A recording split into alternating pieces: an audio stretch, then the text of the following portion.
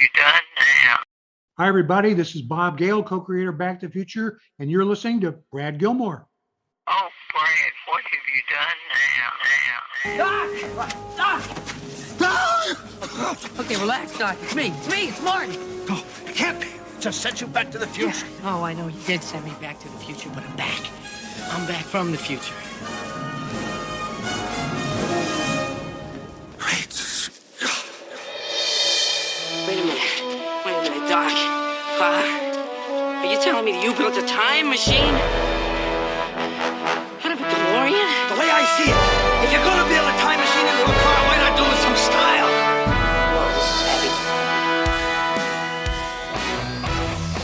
Hello, everybody, and welcome to Back to the Future, the podcast, the only podcast looking back in time at the greatest film trilogy of all time, Back to the Future. I am your friend in time, Brad Gilmore. That's me. That's my name. And we are back with another edition of the podcast, Season 8, going strong. Hope you enjoyed last week. Last week was very cathartic for me. If I can say so myself, I got to share something that now I find rather embarrassing, something I wrote over 12 years ago? 2010. Happy New Year, everybody, by the way, but happy 2022. We are now 7 years almost after the events of Back to the Future Part 2. But yeah, I got to share my my script idea for a Back to the Future 4. We also talked about the idea of the multiverse. I am sure the overwhelming majority of you are not a fan of the idea of rebooting the franchise or having a fourth installment. I know I'm in the vast minority, but again, if Bob and Bob have nothing to do with it, I'm off. I'm not. I don't want to hear it. But if they were to do something, come on, guys, let's be optimistic. Anyway, we're back with an edition of the show. Today I'm talking to Tom Silknitter. Now, fans of Back to the Future who've been online and a part of the community and a part of the fandom for a long time have probably seen this man's name several times before. He's done work with everybody, really, who's had something to do with Back to the Future online, whether it be Stephen Clark or Joe Walser. He's involved in the 88 miles per hour. The historian of the DeLorean is what I want to keep saying. I say this in the interview, but the story of the DeLorean time machine. So he's got a lot of great things. Today we're talking about his book. His book is called Build It With Some Style. It's the unauthorized tales of the DeLorean time machine. And really interesting book. He published it, self-published it, wrote it all. This is interviews going back to 2003 that he's been conducting for this book. So almost 20 years, this has been a project kind of in the making. Whether he knew it consciously or subconsciously, he found a way to put all of his Back to the Future research together in one book. And I got to say, it was awesome. And Tom was awesome on the show. What a fan. He's just one of those people who you're happy that there are guys out there like Tom for Back to the Future or for fandom of any kind. He is a true fan's fan, but he takes this to the utmost seriousness, as he should. As you know, he refers to himself as a journalist. He did photojournalism. He talks about that in the interview. But just what a stand-up guy. Real big fan of his. Go out on Amazon or on backtothefuture.com and you can get Build It With Some Style available, and you can get it shipped directly to your house through Amazon. It's probably the easiest way, but also always support our guy Stephen Clark over there at backtothefuture.com. I got to give Stephen a call. We got to talk more Back to the Future. That guy's another wealth of information. But Tom was so good on the show that we talked predominantly about his book and his kind of background with Back to the Future, and I plan on having him back this season to talk about the DeLorean documentary, which if you haven't seen, please go rush out and see it. It is on YouTube. It's free to watch, so go support that as well. I'm not going to waste any more time. Go check it out right now. This is my interview with the author of Build It With Some Style, Mr. Tom Silknitter, on Back to the Future, the podcast.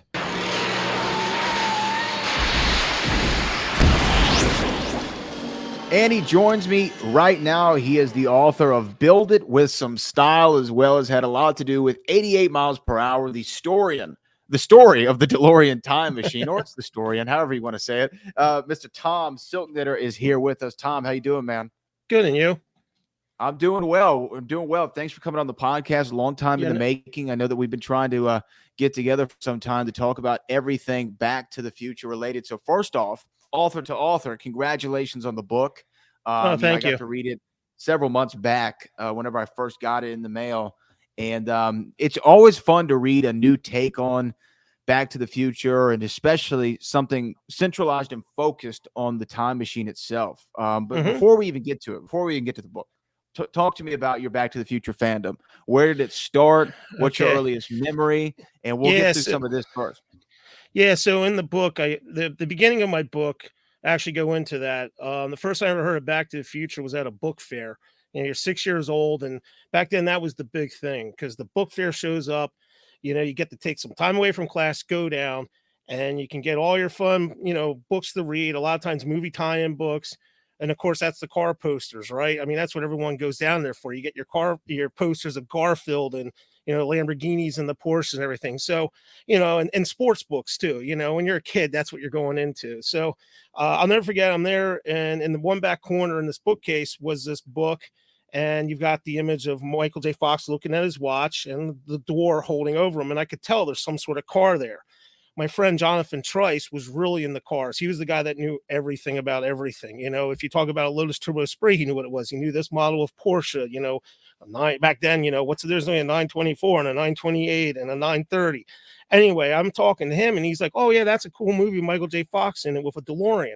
I never heard of a DeLorean before, but it sure sounded exotic. I knew Ferrari, I knew Lamborghini, just the name itself sounded interesting. So, I flipped through the book and I actually threw the book back on the shelf because in the book there's probably 3 or 4 photos of the DeLorean, and there's only one where you see the whole car, and it's a shot where it's kind of going down the street. It's going right as the lightning's about ready to hit the clock tower, and in that shot, because of the neon lighting and everything, and with the lightning bolt, it looked kind of purplish. So, and with the poster artwork on the cover of the book, the car looked kind of purplish.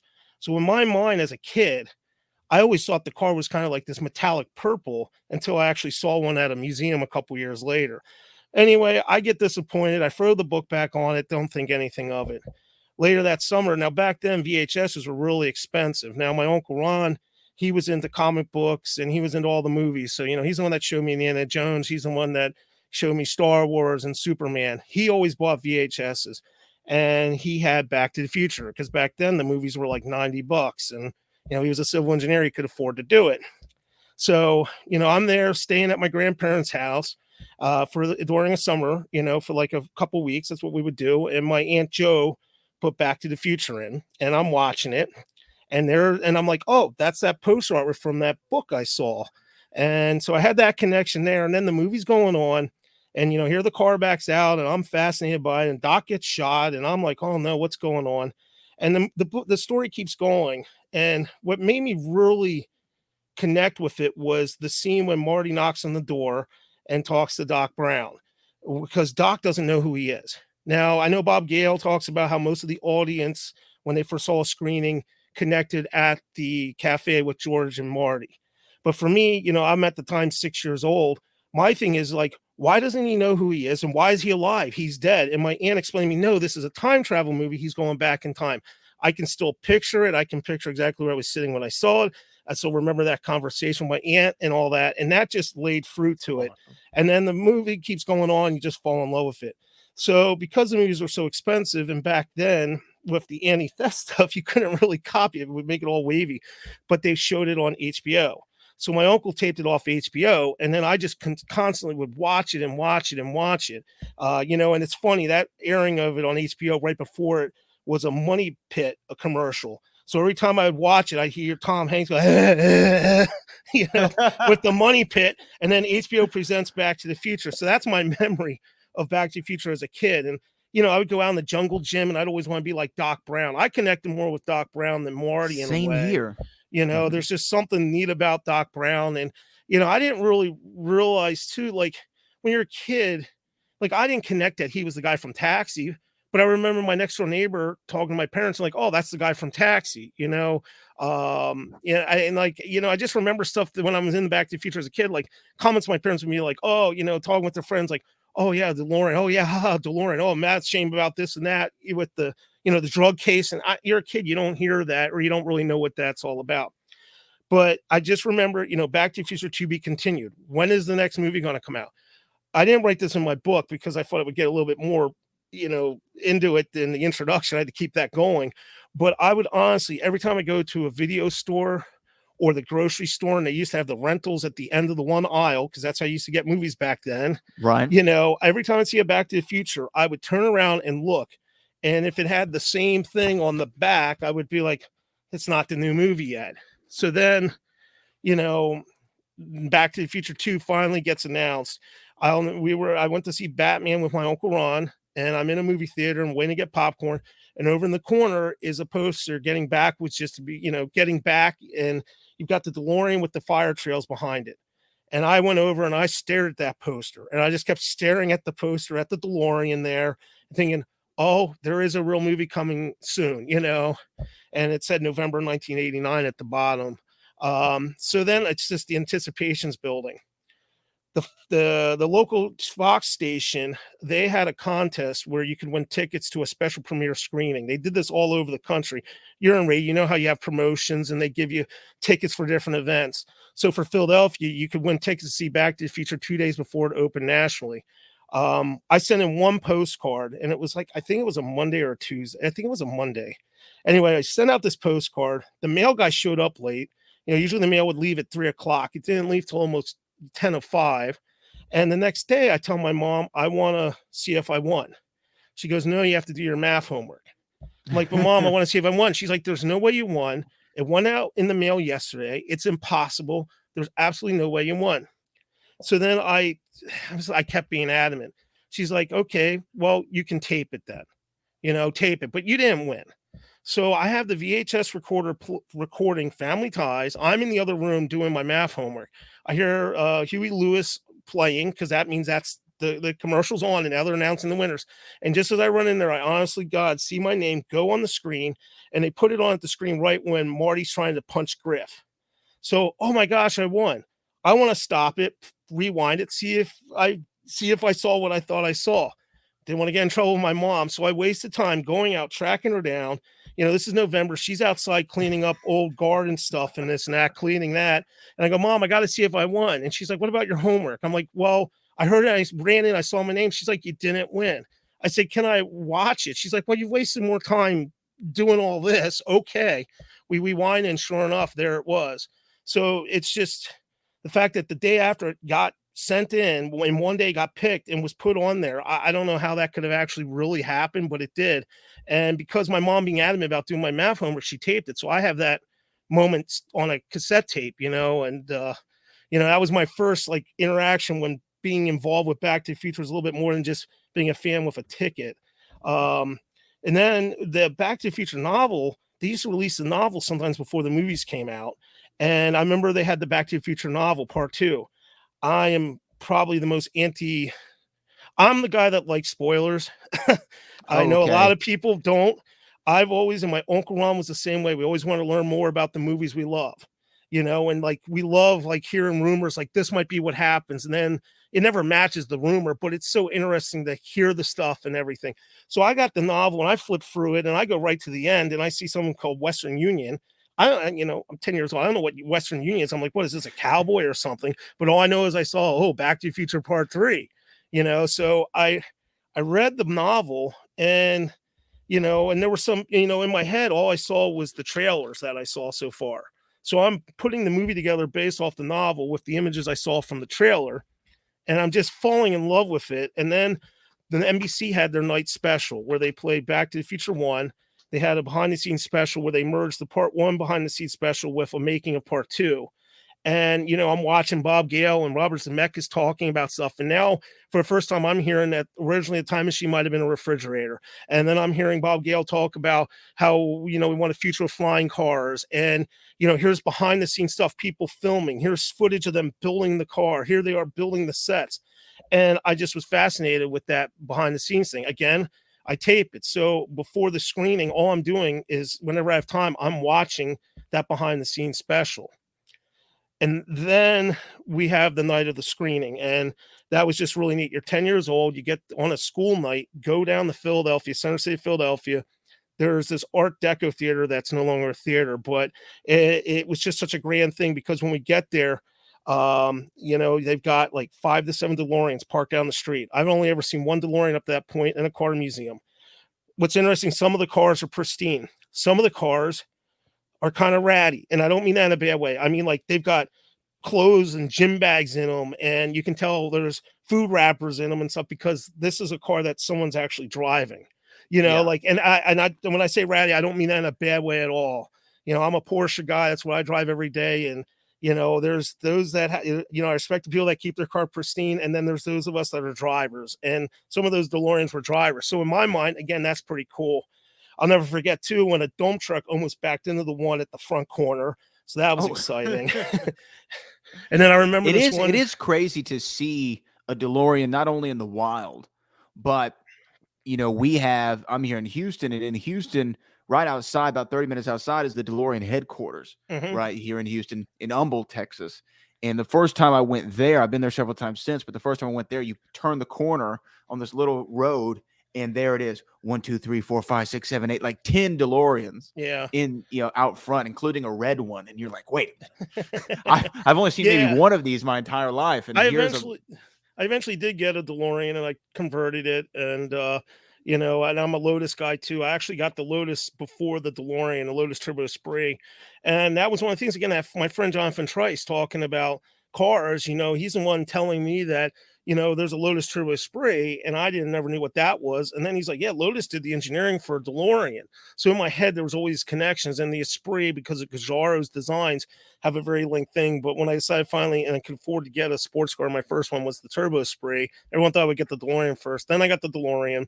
I actually used that DeLorean as a daily driver for 2.5 years, and then I rear-ended someone in it, and then the fender wasn't perfect anymore, and then that's when it became a time machine, because then I could hide the dents with the wiring, But, wait, so you got the Porsche, you got the Lotus, and a DeLorean. You've got like a man's dream garage right now. Because when I think of the Lotus too, I think of James Bond. I think of Roger Moore's James Bond drove a Lotus. Yeah, I don't know, probably not the same one that you. I have an 87, so it's the same style. It's the wedge style, so it's close to what was in For Your Eyes Only. That was a Turbo Spree. Earlier model, there's some differences with the motor and some cosmetics that are very minor, but I'm a car guy. I now manage an independent Porsche shop, so I've been in the auto business full time for about 17 years. And like I said, before that, I was a photojournalist, which that whole career became from that night at the Back to the Future screening. It all interconnects.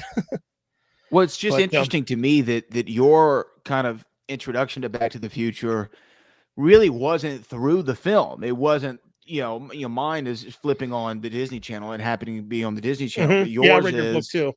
Yeah, I appreciate that. But yours is, I saw a car magazine or a car book at the book fair. It was the storybook, but that's the storybook. And that goes. I like if in my book, my whole thing is about I'm fascinated with the creative process. And I'm going to go back to just that night there a little bit, because I have to frame that a little bit, and then it makes a little more sense. So you've got these cars parked outside. They're giving out free promotional stuff. They're giving out mini posters, pins. They're giving out Pizza Hut cuts with the solar shades in them. I'll never forget, one of the ushers there is like, hey, you can have as many posters as you want. I took like 20 of them. And he was like, looked at him sheepishly, 10 years old. He's not going to yell at me. I'm like, you said I could have as many as I want. Well, anyway, I'm doing that. My dad's talking to these people in front of him, and it turns out it was Tom F. Wilson's family who played Biff. Tom Wilson's from this area. In fact, I met someone who worked on the ride who lives like 10 minutes from my shop.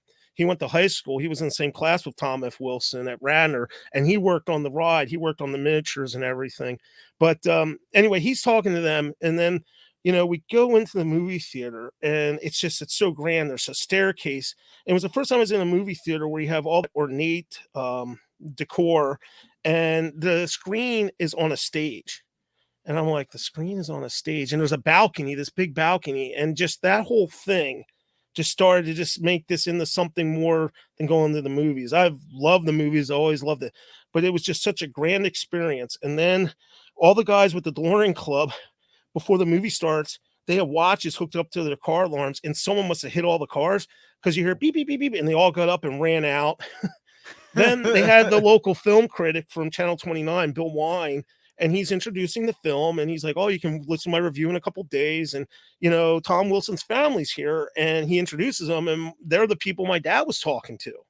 I'm like, "Oh, that's pretty neat." And he's like, "Oh, and he's filming another film," but I had already known it was part 3 because I read the novel anyway. But the thing is, so I thought that was kind of interesting. But then, the movie starts, and Tom Wilson goes out on screen, and his family erupts, and I'm like, "Wow, that's really cool." That's really cool. That's their, brother or son or, like Whatever, the, yeah. family member. And it doesn't really hit me. And then when his name went on screen, they even shared more. And seeing his name on the screen, his family there, I'm like, wait a minute, real people make movies. And I know that sounds funny, but when you're 10 years old, you don't think of it. When you watch those behind the scenes specials, when you open up a book, when you watch these movies, you're not thinking that that's some real person doing it per se. Like it just seems so far removed from your life. It seems so like that's not just anyone that can do it. And one of the things in the movie is, if you put your mind to it, you can do anything. So the movie's trying to teach you that in a way, but that just hit home for me. And before that, I love comic books. I always would draw.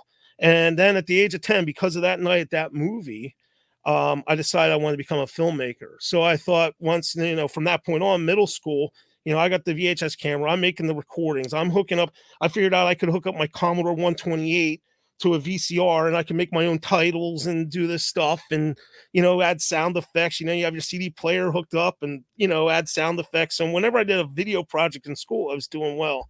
But I knew to go to film school, I would have to have probably photography. So by the time high school came around, they had photo 1. And then that was my Doc Brown's This Is It. What happened is I got in there and I just fell in love with it. And there was one day when we were finally going to make photos and print them ourselves in the darkroom. And that day our teacher was out, and then we had a substitute teacher there. And all the kids were like, yeah, class, we can sit back and do nothing. And I went to my teacher, said, I want to go print some pictures. And like, well, do you know what you're doing? I'm like, well, the other classes are doing it. Yeah. So they let me go in there. So the first time I ever printed photos was by myself, even though I was in class.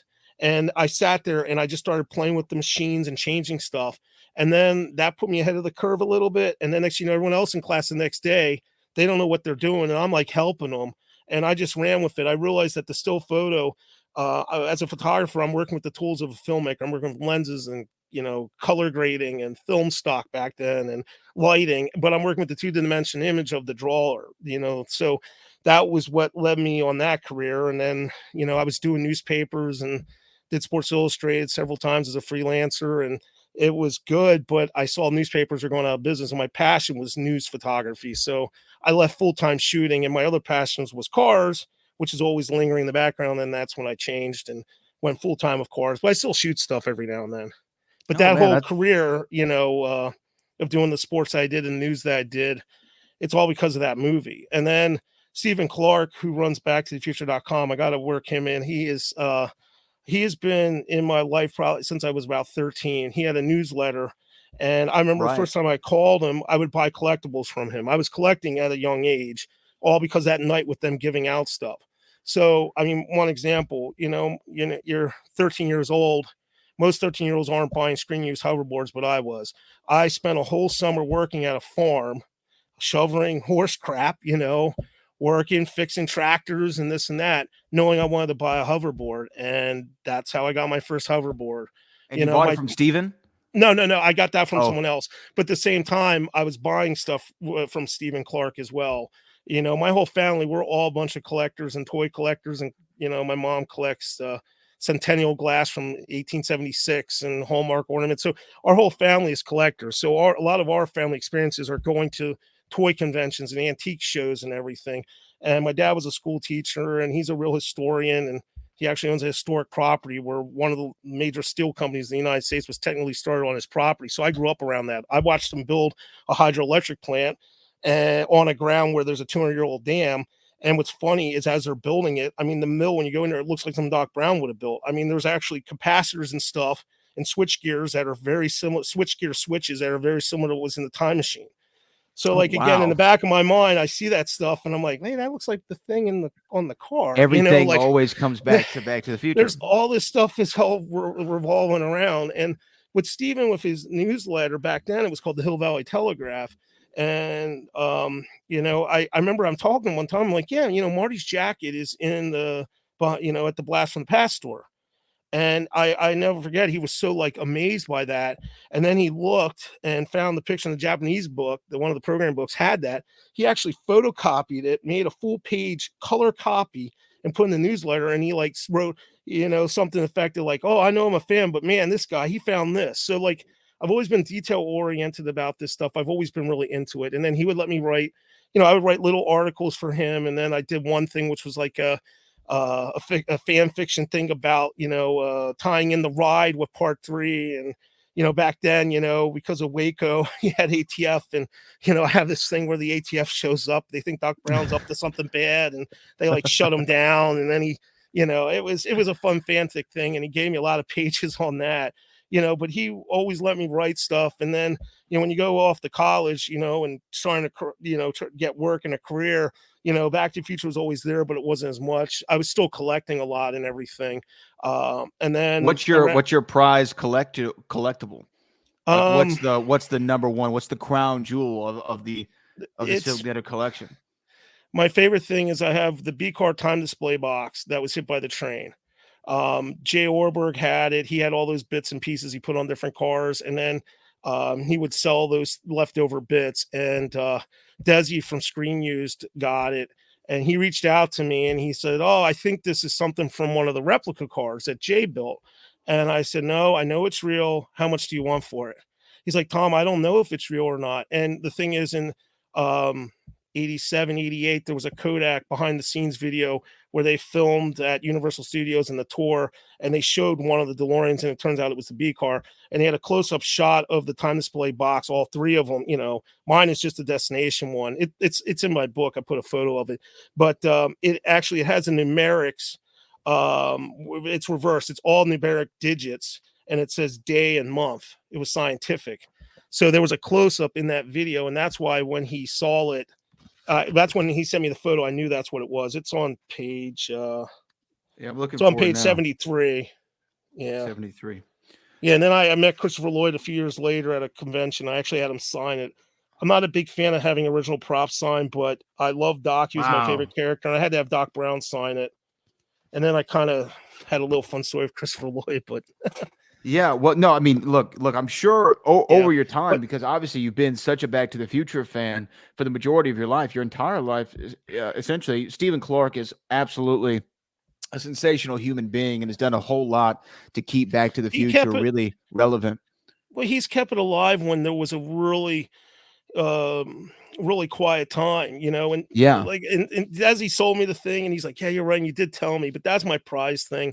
I had a Mattel hoverboard for a while, and I don't have endless money though. So when my Porsche motor blew up, I needed to fix my Porsche motor, so I sold the hoverboard to pay for a Porsche engine rebuild.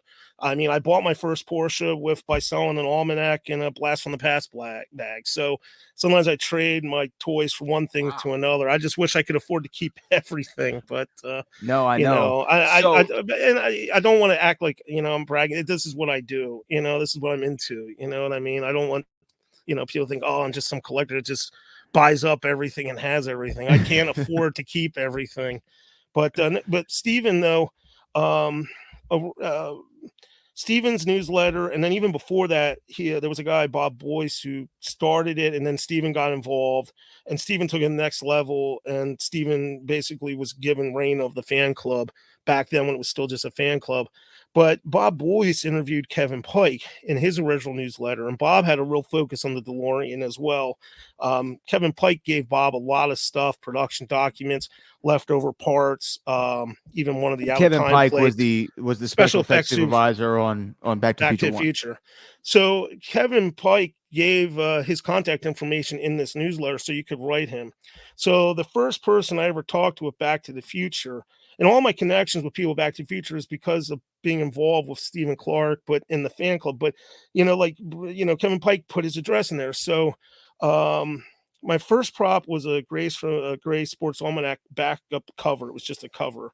And then my second prop is one of the 7 out of time license plates. So I had this out of time license plate, and I wrote a letter to Kevin Pike.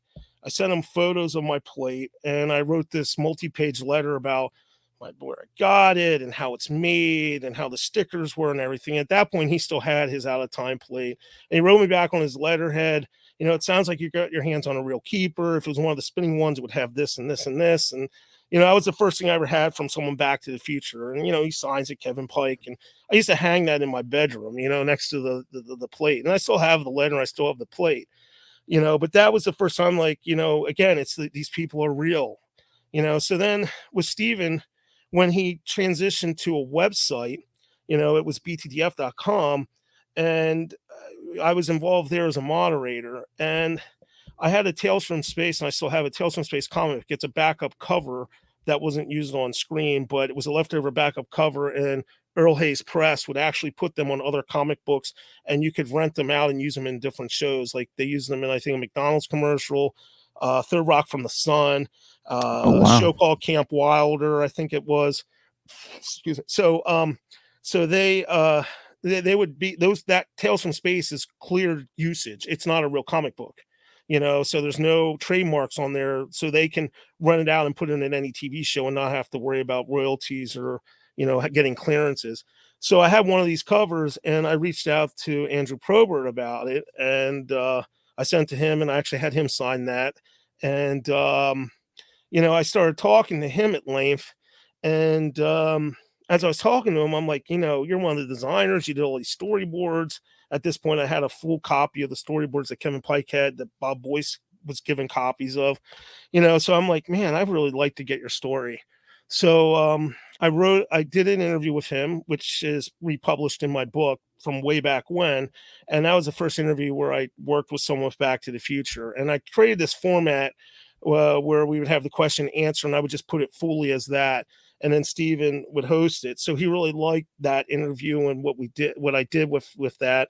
And then slowly I would just keep trying to find other people to interview and talk to about Back to the Future.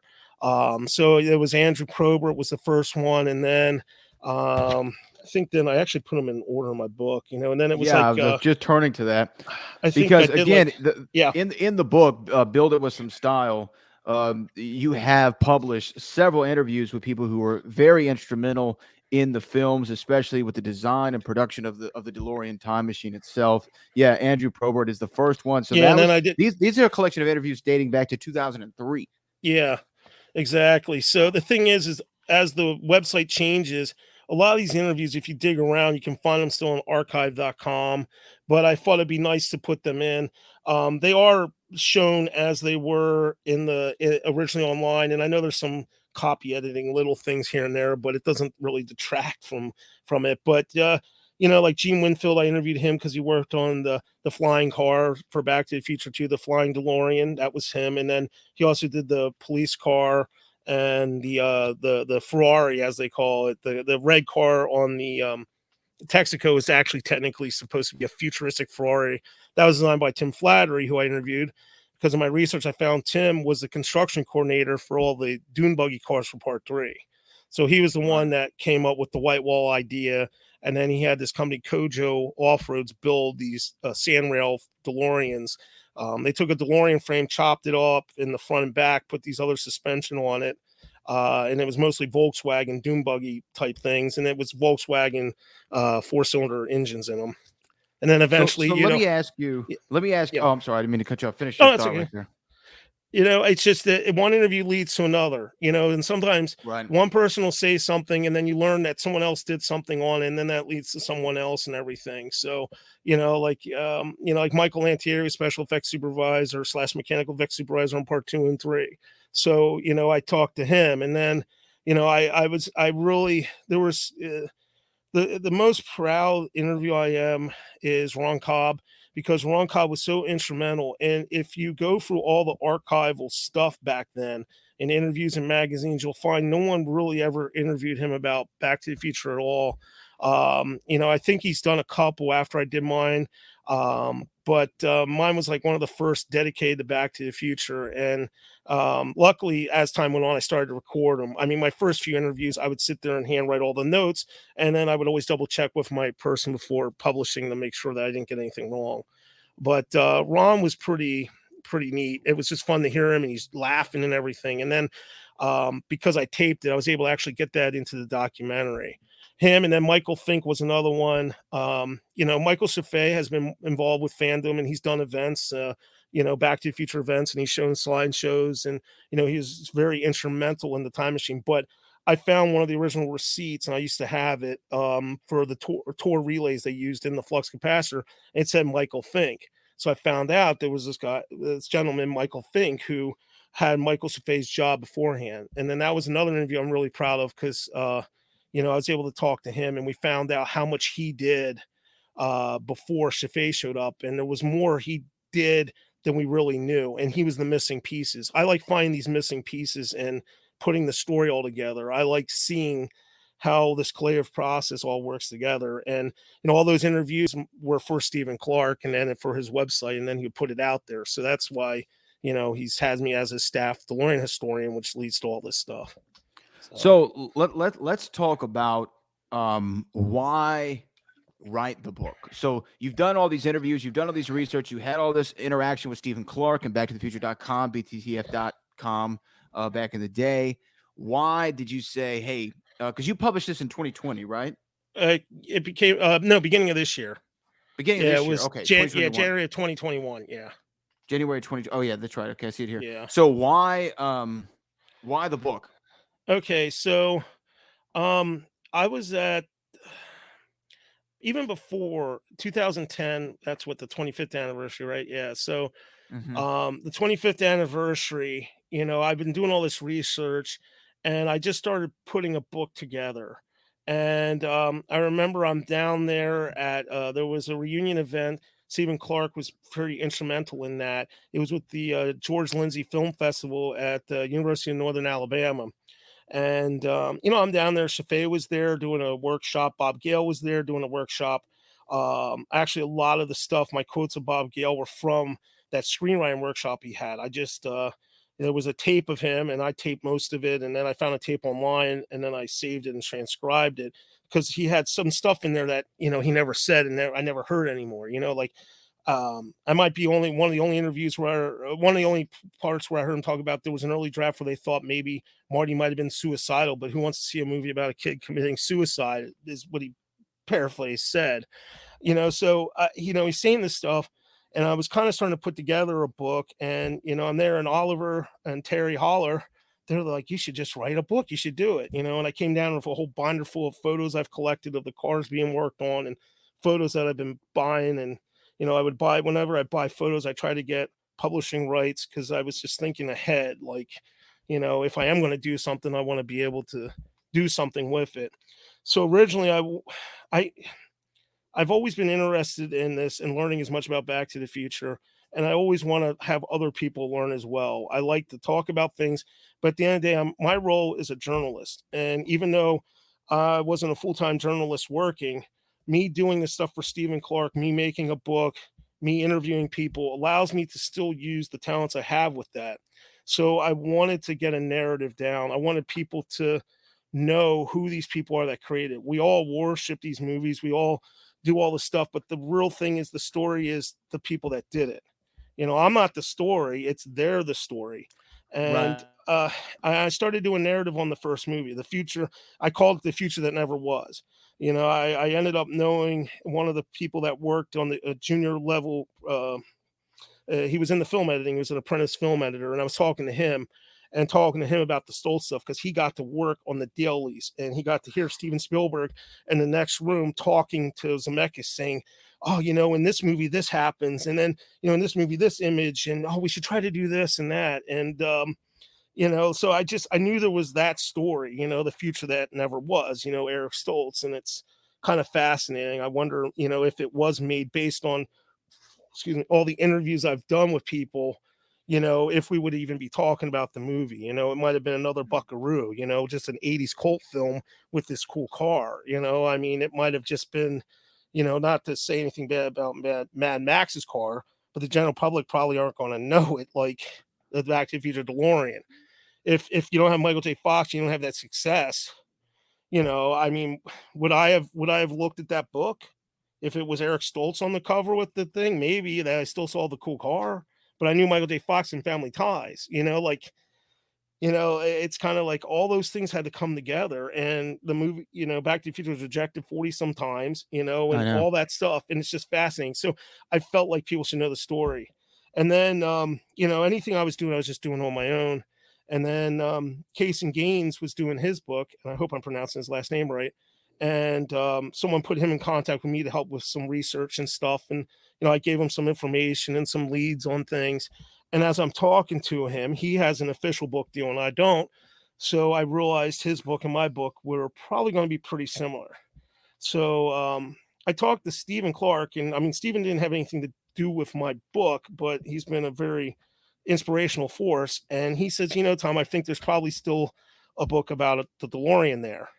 So I'm like, okay, yeah, a book centered around the DeLorean, that's good. And then I can work in some of the narrative of the movie and behind the scenes because they are intermixed. One thing does lead to something else here and there. So I start reformatting my book. And then when the restoration of the A car was happening, I was on the team, but not a direct team member. I was never working on the car, but I was I was their historic consultant, or the time machine restoration historian is what I think they call me on their little ID cards they gave out, trading cards. So, I was dealing with Joe Walzer and stuff. And, I mean, that in the documentary too, and I know I'm going off a little bit here, but, like talking about decisions, like with the time display boxes, like I scanned in my original time display box. So if they tried to recreate the A car with the digits, which sometimes it had it, like if you had that in a museum, if the public goes up to that, they're going to think like Desi did. Wait a minute, this is a replica. This isn't right. Because on screen, you see the C car. Yes, you can see, on screen too, sometimes the 2 digits, but you're not supposed to see it. They changed it out, for the close up.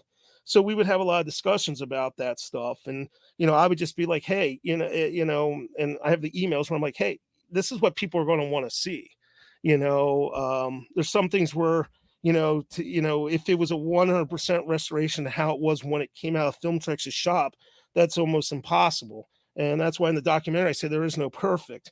The car, technically, when the car backs out of the van, and that's what the car is supposed to be right now, there's a hose missing on the back, which is added in other scenes because when they probably had the deck up working on it, they forgot to put it on. And I think that some of the props on the side were actually fell down during filming. And when they made the ILM filming model, that's how they built the filming model with these atom mufflers on the side. So, like, is it supposed to be perfect that scene or this and that? So that's why, there's those discussions those guys had about things and all that. That's a lot of nitpicking, but that is the level that everyone gets into that. And I'm not even in the team in the inner workings working on the car like all those guys were. So, it was fun to be a consultant. So, Joe was doing a YouTube show, No Concept of Time. And, we talked about maybe doing a book together. And, he was going to be more about the restoration. And then, I was going to do about the history of the car and maybe work something together. And then, he and Rob Klein were talking about like a doc journal book. And, and I wrote up a couple concepts to that and sent that to him. And then Joe got the deal with Bob Gale for the workshop manual, and that was a pretty neat book. That's not as historic going into the nuts and bolts like I did and what I was going to be doing. So, they did their book, and then I still kept doing my thing because I knew my thing was different. I was inspired to do the book because there's a book about Blade Runner that's really good called Future Noir. And then what really made me think that I could pull it off on my own is Joe Huff of Knight Rider Historians had a book that was called, I think, Knight Rider Legacy. And his format and it's kind of similar to how Future Noir was. Future Noir is real thick. But that's kind of the format that I saw my book being. So I decided I would have a narrative. I would have a lot of photographs because people love photographs.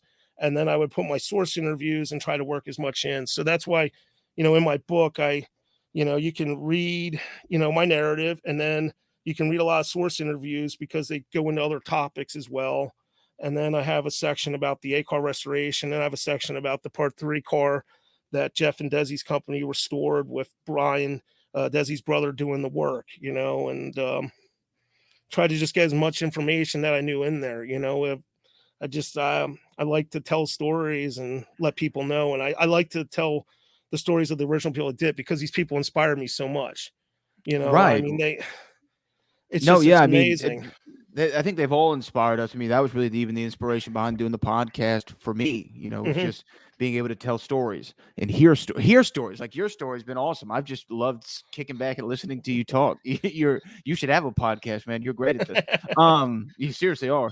But so the book came out. Now let me ask you this: did you enjoy because you seem like you would, but did you enjoy the process of writing a book? And I only asked that because after I finished my Back to the Future book, I quoted Daniel Craig, who played James Bond, and I said, they asked him after he filmed Spectre, they said, would you ever do another Bond movie? And he said, I'd rather smash the glass on this desk and slit my wrist than ever do another James Bond movie. Now, of course, after that, I felt the same after the process of writing a book. I'm Uh, such a collaborative person, so I like working with people. This was such a solo journey for me, having never done anything like that before. So, did you enjoy the process, though? well, I mean, yeah, I absolutely, well, I did. I mean, the thing is, I mean, I really self-published it. I mean, Yeah, I know. I did it through Amazon's Kindle Direct program, because I wasn't going to put out a lot of money to have copies done. I didn't want to do the self-publishing route where I have to pay someone to package everything. And I mean, I did have someone do some copy editing work on it, and luckily, Amazon's Kindle program does allow for small little corrections. So if the version that's out there now is a little bit cleaner than the one that first came out in January. And I'm just talking about like apostrophes here or little things here and there, nothing major. They don't let you change anything major. If you change anything too much, you have to make a new edition.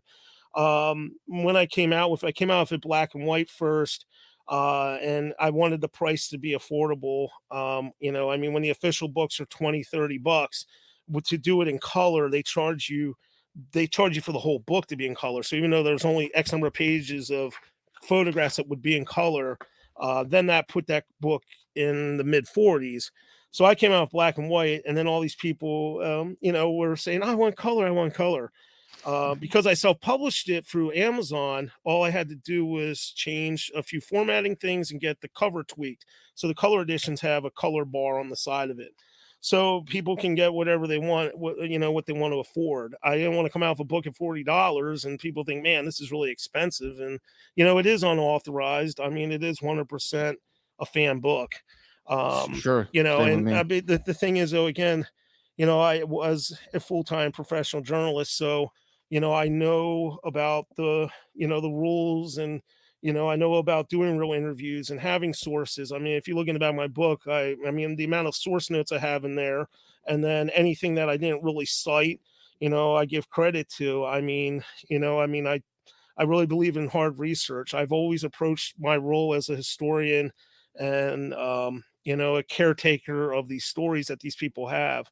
I mean, one of the people that I don't have source interviews in, but Bill Klinger worked for Kevin Pike, and in around 2000, I hold on, she shut a door. Sorry, Oh, it's can all you right. edit that out?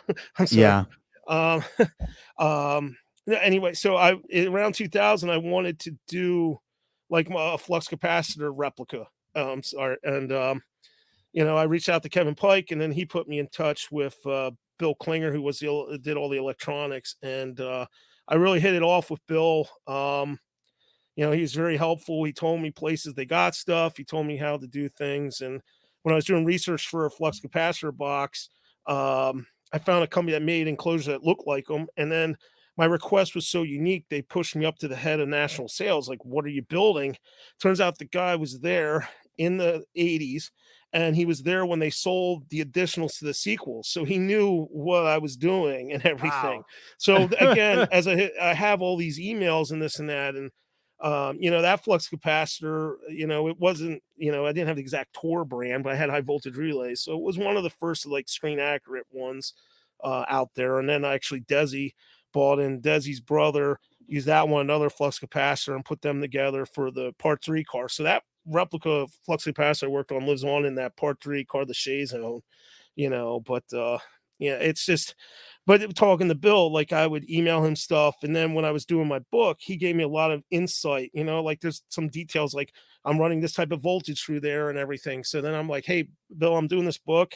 Is it okay if I use some of the stuff you email me? Sure. So it was fun to put all that stuff together. And so people know who these people were that worked on it. Um, but doing the book, it was a lot of work, and Yeah. I always, and the thing is, I was always there working on them, off it, I'm on it, I'm off it. And then, there was a little bit with the official book coming out. I never saw the book they were doing, Joe's book and everything. But, again, as a journalist, I don't want someone to say, oh, I'm borrowing something, this and that. So, I made a deadline where I wanted to have it come out before Christmas last year, and I missed that by like 3-4 weeks. But, I mean, I'm proud of it. And, there's a couple other projects I'm already starting to work on and talking to some people. So, it's Yeah, probably not the last you'll see of a Back to the Future thing from me. which is great, because I think that Back to the Future needs, not that it doesn't have people out there who are curating these stories and really protecting them, but I think it needs people like you. It needs people like Stephen Clark. For me, I'm literally a fan. I just like talking about it Yeah. from a fan Another perspective. person like that is Rob Klein, who did the Back to the Rob Future Klein. Almanac. Yes. He was around back then with the props, even when I was. The thing with Rob, and then I got to give a shout out to like Jeff Castillo. I mean, he was with Screen Use, but before that, he was technically, I think Steven gave him the title like Back to the Future Archivist or something like that. I mean, Oh wow. Steve, this museum exhibit out there is really cool that they have with the Back to the Future stuff out in California. But in 2002, they had a show, an FX show down in Florida, and Steven was very involved with that. And Desi and Jeff brought their prop collections there and had this exhibit. They had the taxi there, and I think that might have been the event where Terry and Oliver Holler met Steven, I think. So I mean, these guys have been around. The thing is, Jeff and Desi, they end up becoming prop dealers, and then they sell the stuff, and then they're not collectors and then we're around. Rob still has a pretty decent collection. I still have a collection.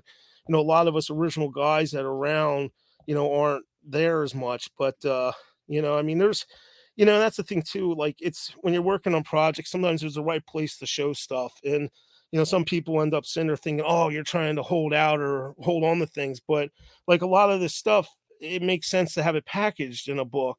It's like with this documentary, I gave them a lot of stuff so that we could get it all together in one place, and, it's like a lot of times there's content I need to use so I can package it with something I'm doing for Steven. I mean, it's to benefit backtothefuture.com to have a nice article with nice images and nice information, so, it's a balancing act when you're, a fan, but then you're also providing an actual product in a way, but, it was a lot of work, but I mean, I just like creating, and, like I said, there's that part of me that always wanted to be a filmmaker, and I'm still not a filmmaker, but, I get to play around with this stuff, which is cool. Yeah, it's awesome. Now let me ask you this. You said you had a story about Christopher Lloyd. And I got to hear the story because Christopher Lloyd, for me, because of Back to the Future, because of the Addams Family, because of a movie called The Page Master that he did, a movie, Clue the movie. These are all these were the movies that I watched all the time as a kid. Still watch today. To my fiance's nauseum. I'm always watching the same movies over and over again. Christopher Lloyd was always my favorite actor. And so when I had the opportunity to speak to him now twice, it was one of those, oh my gosh, like you said earlier, this is a real guy. This is a real person who I'm having a conversation with about these movies now. So tell me your story about Chris Lloyd. So the funny thing, I always liked Doc Brown. And the one thing too, I got to say, as you're rattling off those movies, I'll never forget too, the time I'm watching Who Framed Roger Rabbit at home. I saw it in the movie theater. Roger Rabbit. But but I didn't really realize it was Doc. And I'll never forget, I'm in my living room and I've got it playing, and I hear when Christopher Lloyd's talking about freeways, and my God, it's going to be beautiful. The way he said it was similar to one of the lines in Back to the Future. And I stopped. I'm like, wait, that's Doc Brown. Then I look, I'm like, oh, it's Christopher Lloyd. Like, it just blew my mind again, that it was Doc Brown. And that I think that was even before part 2 came out. So that's when, again, you start thinking like how these are real people. But no, Christopher Lloyd was at this convention in New Jersey, and that might have been 2012 or 2011. So he's doing conventions more, and at that point, and you know, um, I had my time display box, and I had him sign it, and I said to him, "Hey, that's actually the real box," and he was like, "Whoa." So that was the normal thing you get, right? You go up, you sign, you meet him, and that's all you get. But sometimes, I like a little bit more. So I saw in the afternoon, he walked around outside, and outside of this hotel, there was this area that was all, it was its own little private waiting area. Like they had a couple little tables out there, and they had like arborvitaes or some type of bushes around it so no one can see. So I see him walk out the back, and then I see employees taking trash out and everything. And I tried to go there, and I realized, oh, they only let employees go. So what I ended up doing is, and I knew he was out there by himself. So I go to the trash can, I grab one of the trash bags out, tie it up. I just walk right out the door by the security guard, walk right over where they're throwing the trash out, turn and walk. And there's Christopher Lloyd. And, I guess I can say this. I mean, I don't know if he still smokes or not, but he's just there having a cigarette. I'm like, oh, this is dicey. I don't know if I should do this or not, but I'm like, well, let me just see how this goes. So I meekishly walk up to him like, hi, Mr. Lloyd. Yes, I am a fan. I already paid for autographs. I don't need anything. I don't want anything from you. I just want to say thank you for making this great movie. And I love your characters. And, at that point, he just filmed, he just did some stuff with Oliver and Terry in Argentina. And when they were down there with him, Oliver and Terry had me cover 2 events for them. And I said, yeah, I actually helped Oliver and Terry when they were down there filming with you. I did this event for them. And then we started talking about Oliver and Terry, Holler. And then at that point, too, they just did, I think, the Nike commercial with Terry's Metallis's car. So then at that point, this must have been 2010, I guess. Well, anyway, so then I'm talking to him about that car and doing that stuff as well. And then I just said, hope you're enjoying Philadelphia. And that was it. So, it was just nice to have a little moment, but I was nervous as heck. Here he's having this little private moment in the back, and I didn't want to bug him, but I did want to just say thank you, and, it was, a couple minutes, but it was neat just to have a one-on-one with him like that. He's very mild mannered, and, that is a private space. And yeah, I kind of gently encroached, I guess. But again, as a journalist, you get kind of used to that stuff. I mean, when I'm down there, when I used to cover Major League Baseball, NFL, and that stuff, I mean, everyone's like, wow, you're on the field, and yeah, it's cool and all, but we're all just doing work. So again, they're real people, and if you treat them with respect in that sort of situation, then he gave me the time of day, and he left with, he was smiling, chuckling and stuff, so it was neat just to have a private moment with him there. But it was a little dicey to do it, but you got it. You got it. I got it. Forever. Yeah, exactly. Okay. So you definitely had a lot to do with the 88 miles per hour, the story of the DeLorean. And I think that we should probably do a part 2 on this podcast about that. Again, the book is called Build It With Some Style. The Unauthorized Tales of the Time Machine from Back to the Future, which is really great. High recommend from me. 2 more things for you, Tom, before we let you go. You mentioned earlier how you saw Marty McFly's jacket in the Blast from the Past window. Yeah. Right. In picture, 2015. yeah. Okay. Easter eggs. Talk to me about your favorite Easter eggs that you've noticed, or maybe your 1 or 2 favorite that you've noticed throughout the years. Because what's so funny for me is even up until the last time I watched the movies, which must have been, I don't know, 6-8 months ago. Oh, I find something new every time I watch it. I still am finding things. And like even stuff that was super obvious, like the logo for the mall in 2015 was the lightning bolt striking the clock tower. And for some reason, my brain never put that together for decades.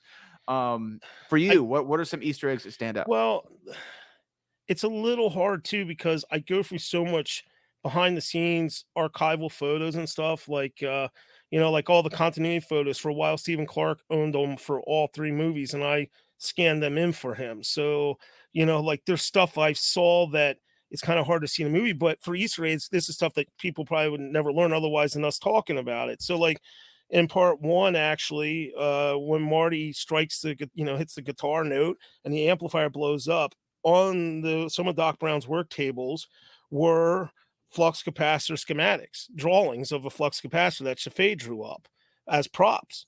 So another Easter egg is, now this is one I did find in the movie. Eric Stoltz, and I joke about this on my BTF Archives page on Facebook. Eric Stoltz is in Back to the Future. He is he's in the photograph in Michael J. Fox Marty's wallet when he's talking to Doc Brown in 1955. When he's like, what future boy, who's president of the United States. If you pause the picture and with 4K, you can see that the photo is not the photo of Michael J. Fox and Linda and Dave. It's actually the photo of Eric Stoltz with Linda and Dave, Mark McCurran and Wendy Jo Sperser. It was that sort of thing. And, I remember, I think Dangerous Bob saw my post about that and he thought I was nitpicking. And I'm looking at more the aspect of that's the story of the filmmaking. They didn't have time yet to do it. They got a film of what they had. I found that because in the cut scene, you can see it too in the cut scene when, Marty's talking with Doc about going to the dance and what he's going to do. You can see him flip, and that made me look and did it end up in the final movie? And it is there. So that's one of those little details. Another detail in 1955, where Doc's building the brainwave analyzer, a lot of the notes and drawings on the table are actually Chaffee's actual concept art and concept sketches. So they use the concept sketches as actual props in the movie. One behind the scenes photo in part two, and it makes you wonder, well, what timeline is he in?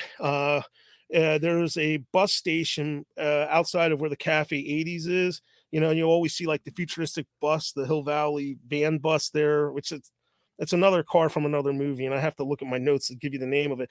They just repainted and put Hill Valley transport on it, something like that. Anyway, it says Lone Pine Mall on the map. So that's one of those things where, and that's on a video on YouTube. Someone walked around the set, you can actually see that. So, it's well, is that a mistake or is that on purpose? Is that the Bruce Gordon, hey, we're in Lone Pine thing? This is the timeline where Doc Brown isn't alive. What's going on? There's a lot of little things like that I find out because I keep looking at behind the scenes stuff, and you do find more stuff in the movie, and it all connects and all that. But, there's just a lot of sometimes too, I sometimes wish I could go back to just being a kid and see it the way I did. And I mentally sometimes do that. I just sit back and think about the first time I saw each one of the movies, and then I can still enjoy it the same way. Because sometimes when you know as much about the stuff as you do, then that's what you see. You start to see that sometimes they change the mirror on the DeLorean doors. If you watch carefully, sometimes the mirrors are up, sometimes they're down. They don't do that on their own. They do it because if they don't, the camera will show up in a reflection, or the light's going to show up as a reflection, and some people sit there and say that's a blooper. And I'm like, well, that's more of a filmmaking thing that they kind of have to do sometimes. You know what I mean? So there's a lot of little things that you see, but I guess I'm more at this stage of my life, I'm more in the nitpick little details of stuff. I guess. I don't know. Yeah, that's awesome. Okay. Now here's my final question. This is a hard one. Okay. Okay. And it's okay. I'm not going to hold you to it. You're not married to your answer because mine changes pretty much every month. Give me your rankings of the 3 films. Something, my whole life, it was always 2, 1, and 3. As I've gotten older, I kind of think I go 1, 2, and 3. Really? I mean, right now, yeah, but part 3 has definitely gone up in my book as time has gone on. But why didn't you like it as much initially? What's up? Why didn't you have that same affinity for 3? Because you're saying it came up. So did you not enjoy it as much? No, I did. I think part of it is it's the end. It's the sadness. The car gets hit. I mean, part 3, that Fox station had a contest for part 3. That time I didn't leave it up to fate. We were stuffing the ballot box. Everyone in our family were sending postcards, and then my sister got tickets and I didn't. And that was a big fight. And eventually 2 more tickets showed up, so our whole family got to go to it. But again, I'm a spoiler brat. So I read Starlog. I wrote that in my book in the introduction too. Starlog had an article about making part 3, and they were talking about Marty sitting there with his foot on a hoverboard, and then Howdy Doody came on. Now, at this point, I'm like you talking about Back to the Future. I'm there talking about stuff in the Back to the Future fan club, which back then was a magazine, which had nothing to do with Stephen Clark. A guy named Dan Matson ran those, the official fan clubs. But they had all these theories, and I'm talking to people, and they're all like, they're listening to me, but I don't know if they really cared or not. Like, is it in a barn? Is it hidden? So the movie starts, and it's quiet. And again, this is 2 days before it opens nationwide. And as the camera pans around, I realize what scene it was. And when the TV comes up, I yell out, "It's Howdy Doody time!" And all these people turn and go, "Shh!" And then, boom, it's Howdy Doody time. And then everyone turns and looks at me. I just sat there and grinned. Now, but the thing too is, I guess part of it too is, when you're 10 years old, it's like, Claire's ruining the friendship of Doc and Marty, and now they destroyed the DeLorean, and now there's this big time train. Like, I enjoyed it, but it was sad, a little bit more sad. So I didn't like it as much. And then as I've gotten older and I realized the character dynamics that happened in it, it's definitely gone up more. And, I ended up actually focusing more on some props from part 3, because some of the props from part 3 are a little bit more, homey and interesting than the stuff from part 2. The futuristic stuff is cool and all, but, it's also kind of neat when you have one of the Doc Brown photos from the wreckage where it's burnt on the mat and stuff, it's some of the part 3 stuff is some of my favorite props now, just because they're so more homey and real feeling in a way. But no, I mean, part 2, I had all the story with my involvement, and Right. I mean, I love part 1, and part 2 came out, and there's all the excitement, there's hoverboards and all that. So as a kid, and they go back in the first movie. So for the longest time, that's why I always had that one a little bit even more than part 1. But then there's no part 2 if there's no part 1. So I just, the magic of part 1 it just overtakes you. And it's funny, like I can still watch the end of part 1, because there's a certain flavor at the end of part 1 with the way the lighting is, and it's how it is in part 1. Then when we film in part 2, it's different. There's like a little bit more of a warmer green cast to it, uh, and it's a little bit warmer in the daylight the way they filmed it. And like in my head, when I see it, I still remember like what is part 2 going to be? We all had these ideas in our minds. So I think that's the other thing too. If you watch part 1 by itself, you can sit there and accept all 3 movies you got, or you can still sit there and go back to when you were a kid and think, what future did you have in your head about it? So I guess that's why part 1 kind of captures a little bit higher. Part 1 is just so perfect. Like it nails it. So great. You can sit here, and I'm not one of those people, but you can sit and look at 2 and 3 and say, okay, yeah, they didn't do this or whatever. But for me, growing up, 3 was always my favorite. I don't know if it's because I'm in Texas and it's a Western and I grew up on Westerns.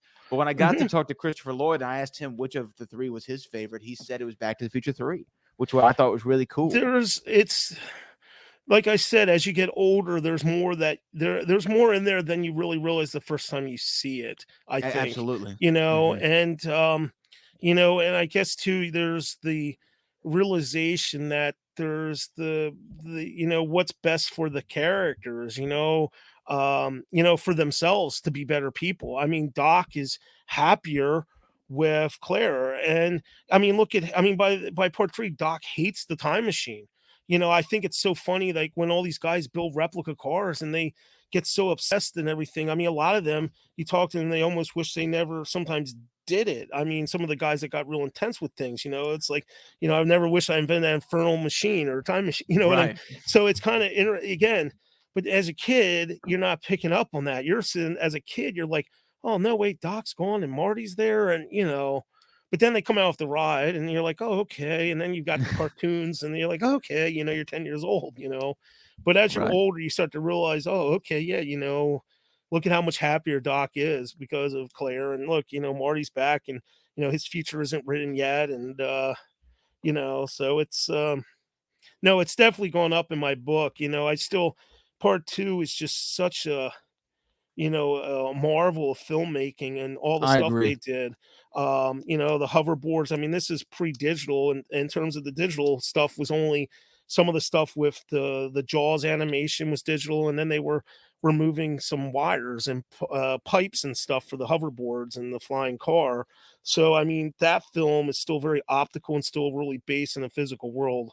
that and as I point in the book, and I think Bob Gale says in the blue the DVDs and the Blu-rays, like one of the best visual effects scenes and special effects scenes is when the car lands at Jennifer's house in 1985. If you watch that and analyze it, where they put the split through the lamppost and the way they had the car set up on wood blocks so it would fall down, the marriage between that ILM miniature and the real plate, that's a seamless shot.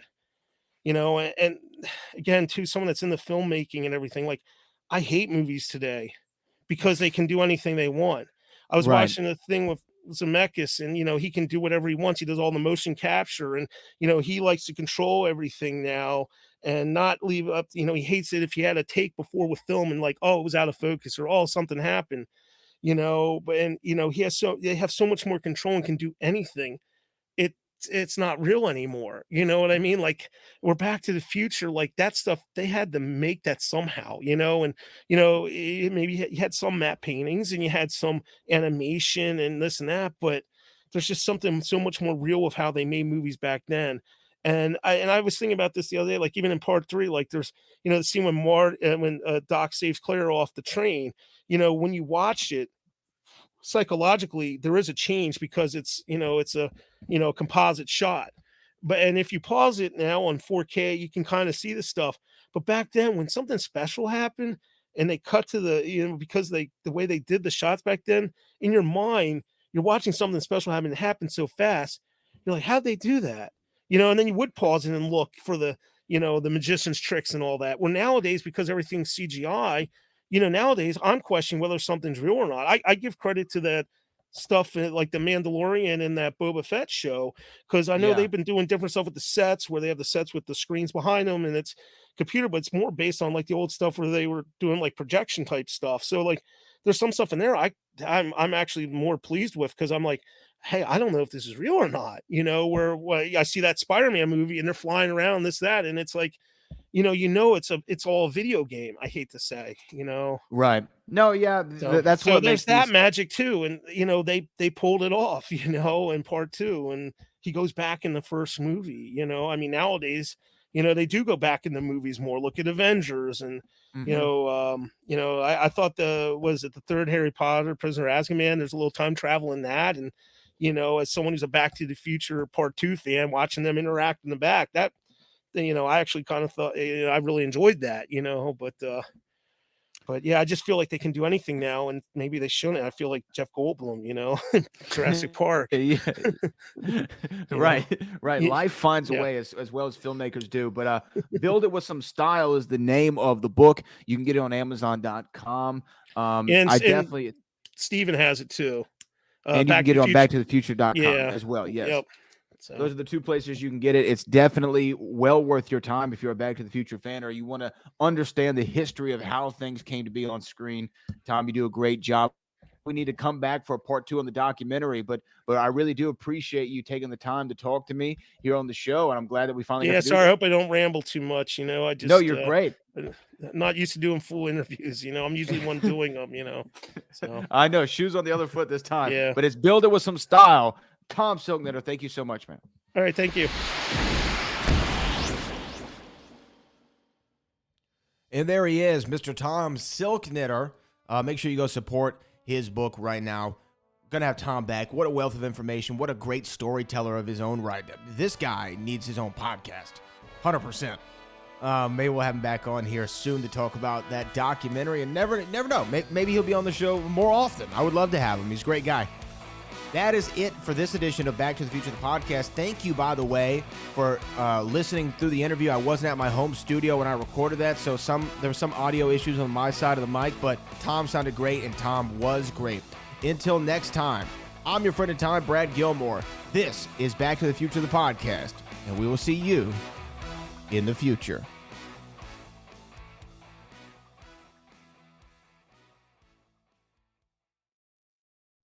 Oh, Brad, what have you done now?